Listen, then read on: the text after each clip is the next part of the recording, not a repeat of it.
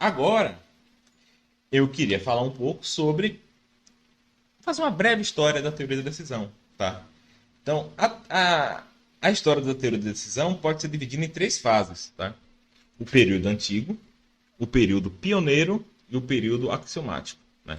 Então, vamos começar aqui pelo período antigo, né? Como acontece com quase todas as disciplinas acadêmicas, o período antigo começa na Grécia Antiga.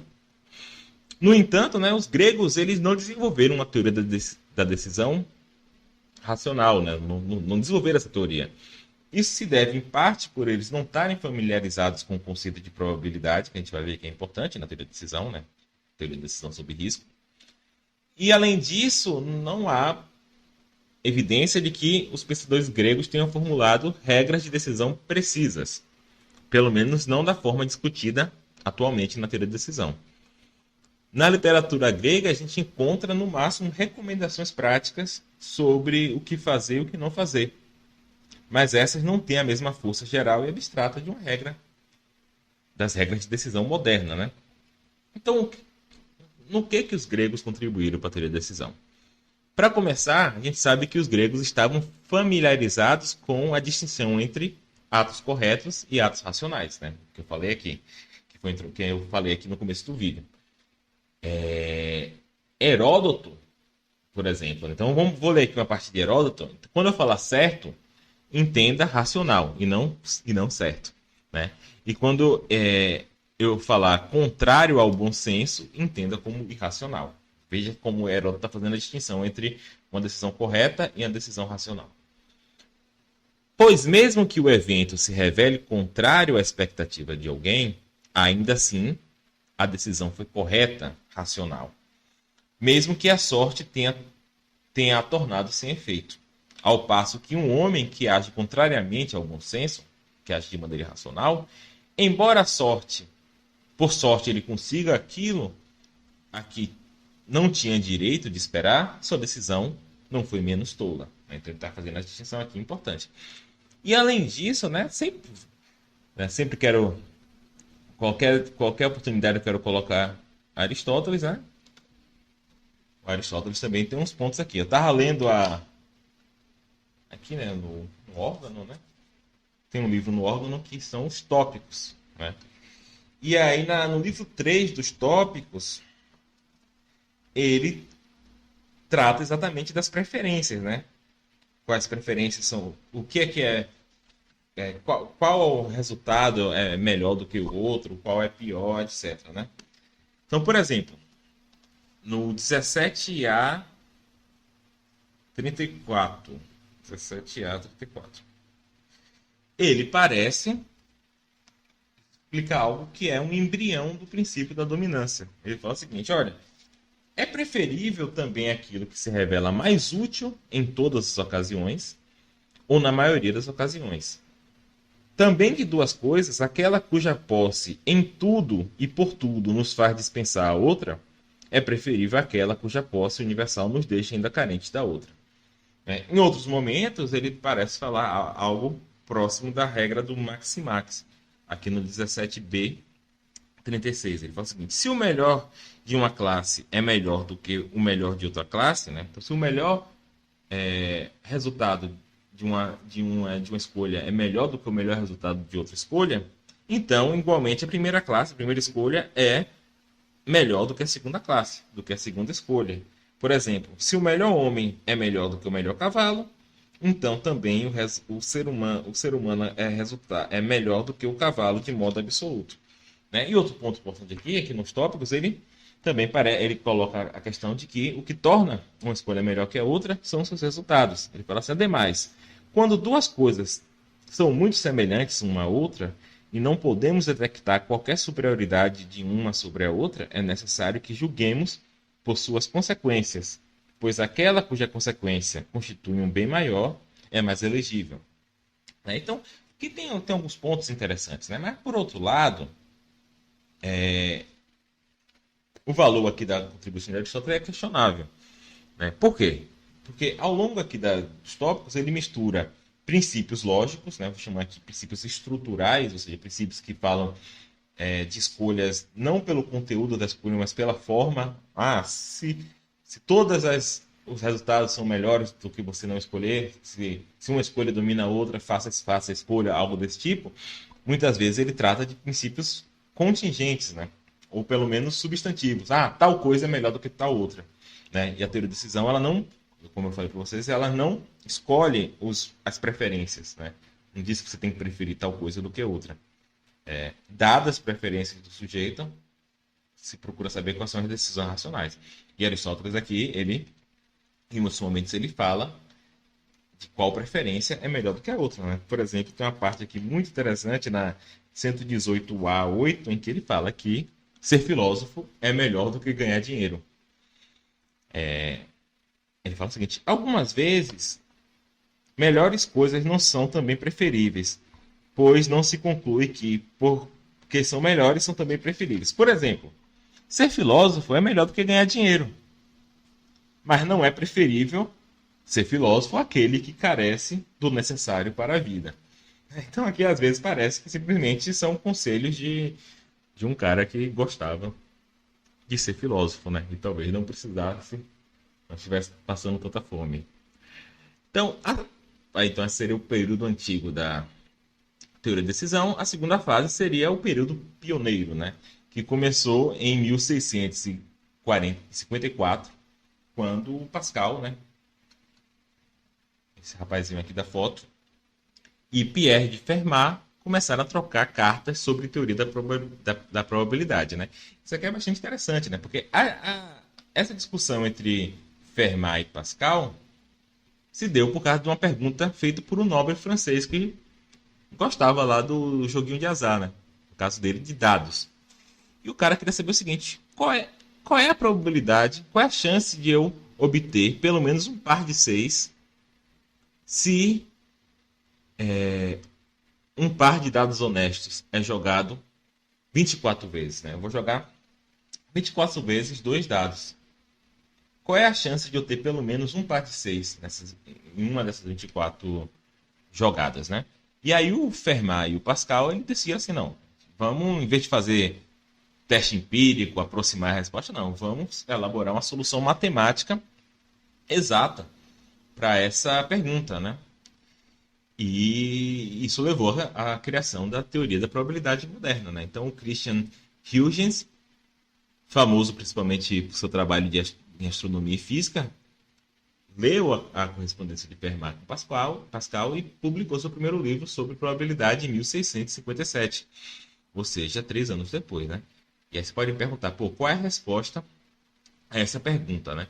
Então, a resposta a essa pergunta, como é que sabe a probabilidade de cair pelo menos um par de 6 em 24 jogadas, é a seguinte: é 1 menos a chance de não cair. Né? Qual é a chance de não cair? Desculpa, eu estava pensando, né? Qual é a chance de não cair um par de 6? Quantos pares existem? Né? Como cada dado tem 6 lados, então você tem 36 pares possíveis, né? Que é 1 em 1, 1 em 2, 1 em 3, 1 em 4, 1 em 5, 1 em 6. 2 em 1, 2 em 2, né? São 36. Desses 36 pares possíveis, 35 são pares que não são 6 com 6. Né?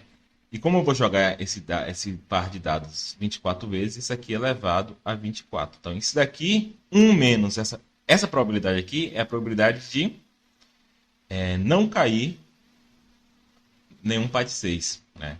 Ou seja, não cair isso daqui da primeira jogada, vezes a segunda, né, 24 vezes. E 1 menos isso é a chance de cair pelo menos um par de 6. Isso aqui dá mais ou menos um meio, né? Isso aqui, tá? Botei aqui na calculadora. Outro grande avanço durante esse período pioneiro foi a publicação em 1662 de um livro conhecido como A Lógica de Port-Royal. Né? O verdadeiro nome do livro é La Logique ou L'Art de Penser. Né? La Logique ou L'Art de Penser, conhecido como A Lógica de Port-Royal, porque ele foi publicado anonimamente por 2 membros de um convento jansenista, né, que acho que era uma seita católica lá da época, que trabalhavam em Port-Royal. Acho que era um tipo de convento, não sei muito bem. nos arredores de Paris. Esses caras eram nada mais, nada menos, não era Albert Einstein, não. Era o Antoine Arnaud e o Pierre Nicole, né? Mas algumas pessoas acreditam que o Pascal também está metido aí nessa empreitada. Vou ter que falar do Arnaud, que eu gosto do Arnaud, né? Porque ele é um dos caras lá que mandaram objeções para Descartes. Então, Descartes, quando publica as meditações, ele publica no final objeções e respostas. Ele mandou um manuscrito para várias pessoas na Europa. E depois ele respondeu as objeções. E as objeções de Arnaud são objeções especialmente boas, né? Eu acho que é ele que levanta o problema do círculo cartesiano. Não estou muito certo disso não, mas de qualquer forma, Arnaud é um cara interessante. Então, na lógica de Port-Royal, que está a primeira formulação clara do princípio da maximização do valor esperado, né? Que é a lógica de Port-Royal. Lá diz o seguinte: para julgar o que devemos fazer para obter um bem e evitar um mal, é necessário considerar não apenas o bem e o mal em si, mas também a probabilidade deles acontecerem ou não, e considerar geometricamente a proporção que todas essas coisas têm tomadas em conjunto. Então, ele está falando exatamente de fazer aquele cálculo que a gente fez anteriormente, né?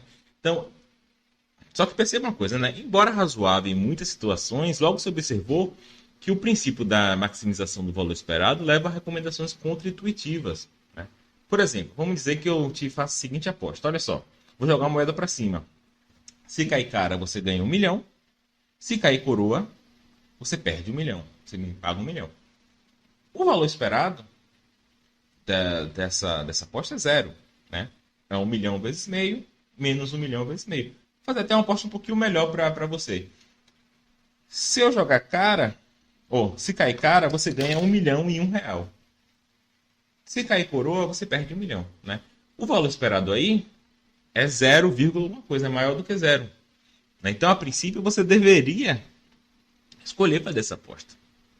Mas isso é muito contra-intuitivo, né? Para a gente que não é milionário, perder 1 milhão é um problema sério, né? A gente não sairia por aí se arriscando a perder 1 milhão de qualquer jeito, né? Mesmo que você tenha a possibilidade de ganhar 1 milhão e R$ 1, né? Então, em 1738, esse cara aqui, o Daniel Bernoulli, introduziu a noção de valor moral como um aperfeiçoamento dessa ideia de bem e mal, né? Então, para Bernoulli, o valor moral de um resultado é um termo técnico que se refere a quão bom ou mal esse resultado é do ponto de vista do decisor. Então, por exemplo, para um multimilionário, ele pode ser realmente diferente. O cara lá do Tesla, né? Ele tem tanto dinheiro que para ele apostar 1 milhão, perder 1 milhão, ganhar 1 milhão não faz diferença nenhuma. Então, para ele talvez realmente seja indiferente. Seja o mesmo valor ganhar 1 milhão com 50% e perder 1 milhão com 50% e não fazer nada. Por outro lado, para o resto de nós, que não somos multimilionários, o valor moral negativo de perder 1 milhão é muito maior do que o valor positivo de ganhar 1 milhão, né? Então, aqui a ideia é o seguinte: quando eu for escrever os resultados, os possíveis outcomes das minhas escolhas, o que vai estar ali não é necessariamente o dinheiro, mas o peso que aquele dinheiro tem para mim, né?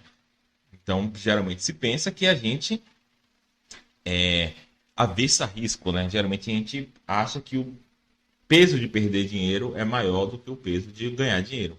A gente vai voltar a esse ponto aí quando a gente for falar de utilidade esperada e depois até quando for falar de teoria da decisão descritiva. Na literatura moderna, né, o termo valor moral, que foi usado por Bernoulli, foi substituído pela noção de utilidade, né? Por isso que eu falei assim, utilidade esperada, né? Aqui, quando eu fiz esse cálculo aqui, ó, aqui eu botei EU, né? Expected Utility, utilidade esperada, porque estava pensando já nessa noção de utilidade mesmo. Certo, então, a teoria da decisão moderna, atual, né, a terceira fase aqui, é dominada pela tentativa de axiomatizar os princípios da tomada de decisão racional. o que explica porque a gente chama esse período de período axiomático, né? Esse período teve dois pontos de partida separados, né, e não relacionados. Dois caras que fizeram a mesma coisa, uma coisa muito parecida, sem perceber que o outro tinha feito. O primeiro foi o artigo do Frank Ramsey, né, que é um filósofo que foi colega lá do Russell, do Moore, do Wittgenstein, infelizmente morreu muito cedo.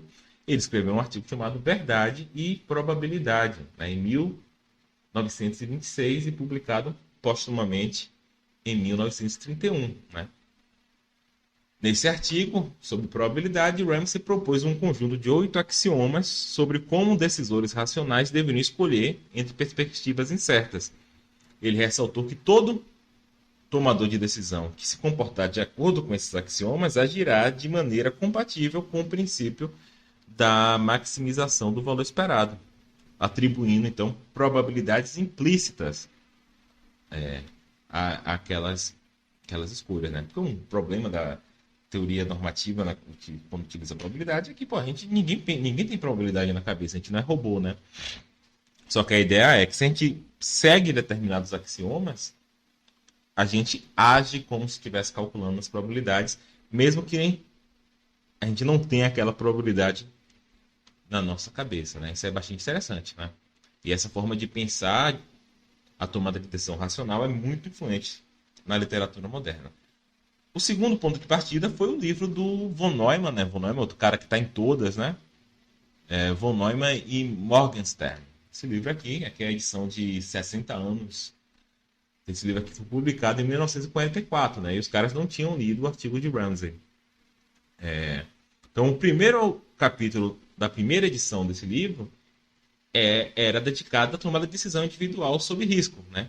Só que algumas pessoas reclamaram para o von Neumann e para o Morgenstern que eles não deram uma definição muito boa da noção de utilidade que ele estava utilizando, né? Ou seja, o termo que deram ao conceito de valor moral de Bernoulli. E aí, na segunda edição, ele fala assim, não, então a gente vai fazer aqui os axiomas sobre utilidade, né? Então, eles apresentaram um conjunto de axiomas sobre como tomadores de decisão racionais deveriam escolher entre loterias, né? Então, para von Neumann e o Morgenstern, uma loteria é uma mistura probabilística de resultados, né? Por exemplo, uma chance de 50% de ganhar 1 milhão, ou um ingresso, ou uma chance de 100% de ganhar um ingresso de ópera. Isso aqui é uma loteria para eles, né? Então, eles mostraram que todo tomador de decisão que se comporta de acordo com seus axiomas se comporta implicitamente de acordo com o princípio da maximização da utilidade esperada e atribui implicitamente utilidades numéricas a cada resultado. Então, um resultado parecido com o do Ramsey, né? A gente vai voltar aqui as provas, essa prova aqui do Von Neumann, etc, etc, tá? Por enquanto, só saber que existe. E o último livro que eu queria chamar a atenção é da década de 50. A década de 50 acabou sendo a época de ouro para a teoria da decisão. Saiu vários artigos influentes, né? Nesse período, e um livro que eu queria destacar é um livro do Leonard Savage, de 54, The Foundations of Statistics, né? Fundamentos de Estatística, no qual ele apresentou uma análise axiomática influente do princípio da maximização da utilidade esperada, né? Quero chegar no ponto aqui de provar os teoremas lá do von Neumann e Morgenstern e do Savage, tá? De qualquer forma, por hoje é isso. Essa aqui foi uma primeira incursão aqui na teoria da decisão. Depois a gente volta ao assunto, tá bom?